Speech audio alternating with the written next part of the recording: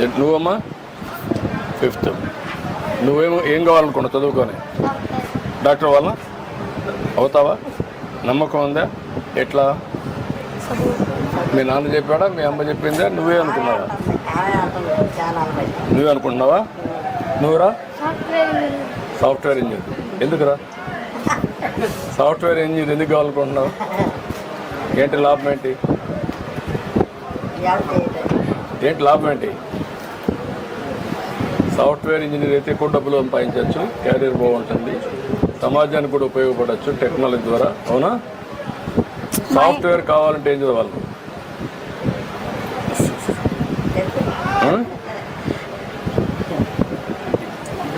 Goal పెట్టుకున్నావు, అది కావాలంటే ఇప్పటి నుంచి ఎట్ట చదవాలి?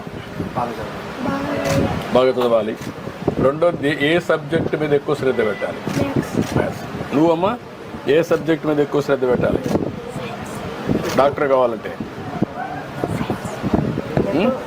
దేని మీద పెట్టాలి శ్రద్ధ? సైన్స్ మీద పెట్టాలి.